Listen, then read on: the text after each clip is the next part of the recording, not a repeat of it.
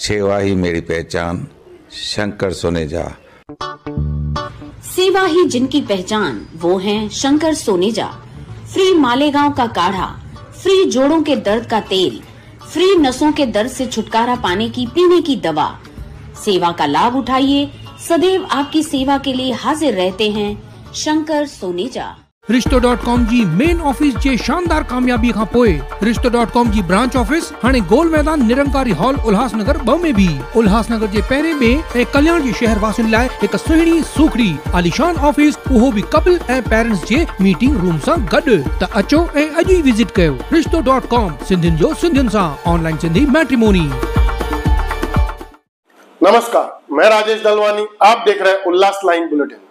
Republican Party of India RPI की एक महत्वपूर्ण बैठक उल्लासनगर 3 स्थित टाउन हॉल में संपन्न हुई।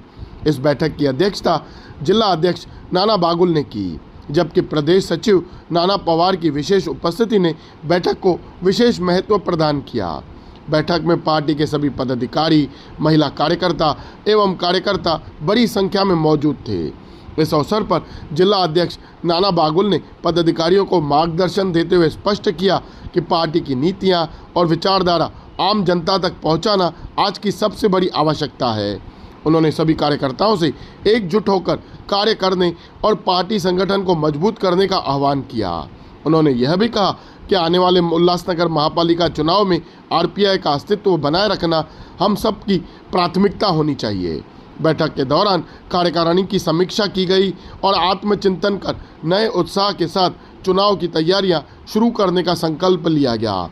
इस बैठक में पंडित बाऊ निकम, समाधान निकम, संतोष उबाड़े, रेखा बागुल, मीना बावस्कर सहित कई महिला कार्यकर्ता और वरिष्ठ पदाधिकारी उपस्थित रहे।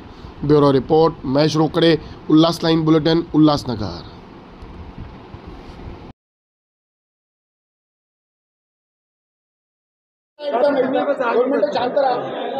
पक्ष कमीत कमी 15 जागा आम्ही आमची ज्या ज्या पक्षांशी अलायन्स आहे, शिवसेना असेल, बीजेपी असेल, यांच्यासोबत अजून बैठक झालेली नाही। त्याच्यामुळे आता जागा जाहीर करणं संयुक्तिक होणार नाही। आमची बैठक होईल, त्या बैठकीमध्ये चर्चेअंती ते ठरेल। आता जागा किती लढतो काय ते बोलणं संयुक्तिक ठरणार नाही। निवडणुकीला कशा प्रकारे सामोरं जाणार, काय मुद्दे असणार? आणि स्थानिक महानगरपालिकेची निवडणूक आहे, गटार, पाणी, मीटर ह्या सगळ्या स्थानिक समस्या आहेत। त्या समस्या संदर्भामध्ये तर बोलणारच, परंतु पक्षानं आत्तापर्यंत जे जे काही काम केलं आहे त्या कामाच्या संदर्भामध्ये जनतेला माहिती देऊन भविष्यात आम्ही काय काम करणार ते सांगून निवडणुकीमध्ये आम्ही प्रचाराचा आमचे ते मुद्दे असतील। जर सोबोलावर जर निवडणूक लढण्याचा निर्णय झाला तर पक्ष किती जागा लढवेल, कशा प्रकारे? सगळ्याच लढू ना। 79 जागा ज्या असतील, 78, 79 त्या सर्व जागा लढू। मोक्याच्या जागेत कुठल्या निवडून आणण्यासाठी आपला प्रयत्न असणार? बाळा, आता एक तर मुद्दा असा आहे की आम्ही बसून ठरवलेलं आहे आमच्या निवडून येणाऱ्या प्रमुख जागा किती आहेत, त्या संदर्भामध्ये आताच उहापोह करणं संयुक्तिक नाही।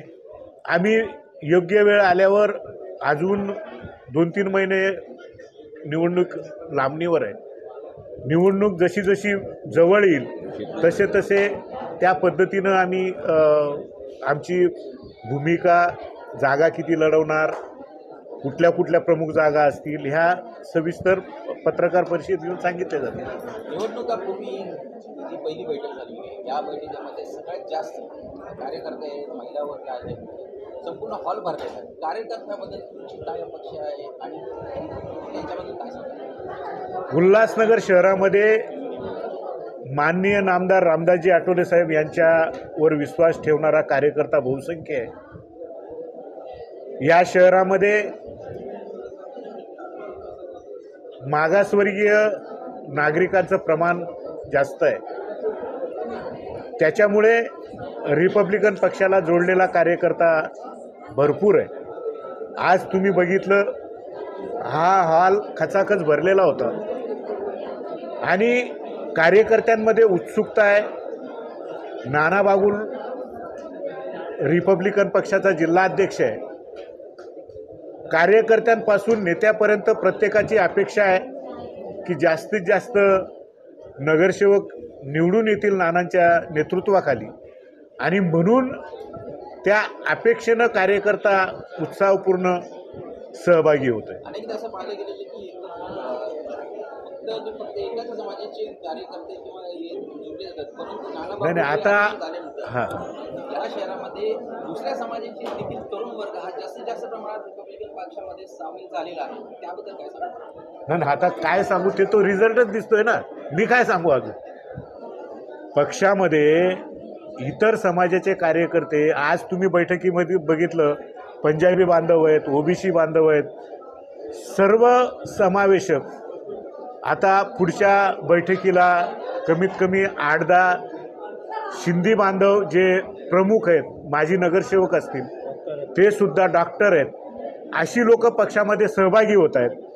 आता आपण सर्व पत्रकारांनी बघितलं, या ठिकाणी विविध समाजाची लोक उत्स्फूर्तपणे आमच्या पक्षामध्ये सहभागी होत आहेत.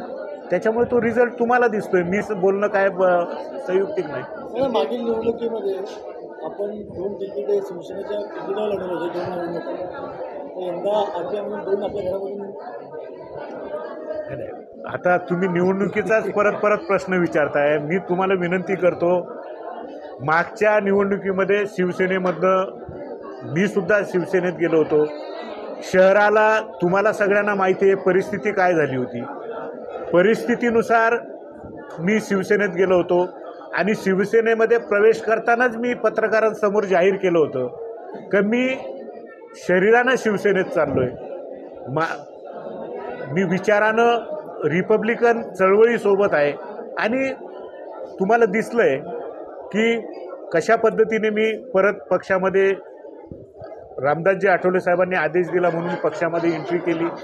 आणि शिवसेनेत जरी होतो तरी शिवसेना, BJP आणि रिपब्लिकन पक्ष या तिघांची युती होती आणि आजही युती आहे.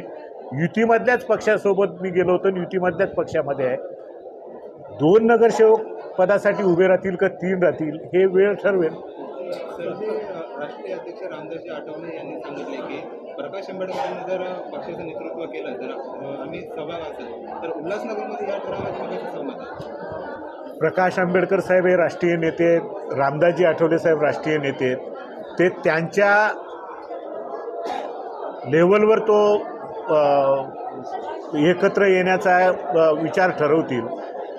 त्यांनी जो निर्णय घेतला मी त्यांचा कार्यकर्ता म्हणून तो फॉलो करेल ना.